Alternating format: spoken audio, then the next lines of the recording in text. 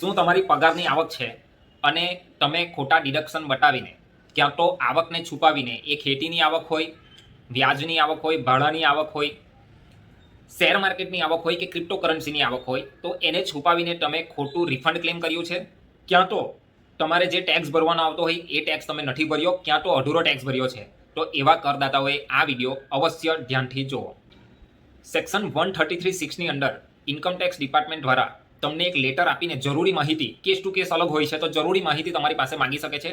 એમાં તમારું બેંકનું સ્ટેટમેન્ટ, તમારી આવકના પત્રકો, તમારા ડિડક્શન જે તમે કર્યા હોય તો એના એવિડન્સ, એવી જરૂરી કેસ ટુ કેસ અલગ માહિતી તમારી પાસે માંગી શકે છે. એ માહિતીના આધારે જો ઓફિસરને એવું લાગે કે તમે ટેક્સની ચોરી કરી છે, તો સેક્શન 142(1), 143(2) અને 148 ની અંદર તમારા કેસને સિલેક્ટ કરીને એની ઉપર જરૂરી પ્રોસિડિંગ આગળ વધારવામાં આવે છે. અને એ એસેસમેન્ટ કમ્પ્લીટ થયા બાદ જો એમાં તમને એસેસિંગ ઓફિસરને એવું લાગે કે તમે ટેક્સની ચોરી કરી છે, તો વ્યાજ સહિત એ ટેક્સને વસૂલવામાં આવે છે. અને સાથે સાથે સેક્શન 270A ની અંદર ઇનએક્યુરેટ પર્ટિક્યુલર, ખોટી માહિતી આપવા બદલ ક્યાં તો માહિતી આવકને છુપાવવા બદલ તમારી ઉપર કાર્યવાહી કરીને પેનલ્ટી પણ લેવામાં આવે છે. તો અને સાથે સાથે તમારા ખર્ચમાં સીએની ફી પણ એડ થાય છે કે જેને તમે કન્સલ્ટ કરો છો. તો આટલો ખર્ચો તમને થઈ શકે છે. તો હવે રિટર્ન તો ભરાઈ ગયું છે, ખોટું રિફંડ તો ક્લેમ થઈ ગયું છે, તો હવે કરવું શું? તો હજુ પણ સમય છે. હજુ પણ તમારી પાસે એક વિકલ્પ બચેલો છે કે તમારું આવકવેરાનું રિટર્ન તમે રિવાઇઝ કરી દો.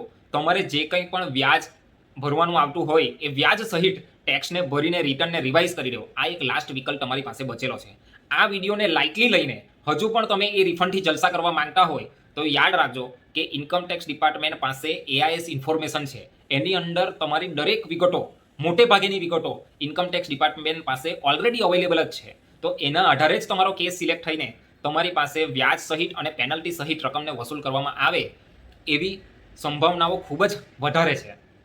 આ વિડીયો એવા તમારા દરેક મિત્રોને શેર કરો કે જેણે ખોટા રિફંડો લીધા છે અને ટેક્સની ચોરી કરી છે. અને એમનો કોન્ટેક્ટ નંબર અને નામ કમેન્ટ સેક્શનમાં જરૂરથી લખવા વિનંતી. અને બની શકે તો પાન કાર્ડ નંબર પણ લખવા વિનંતી. આભાર. જય હિન્દ.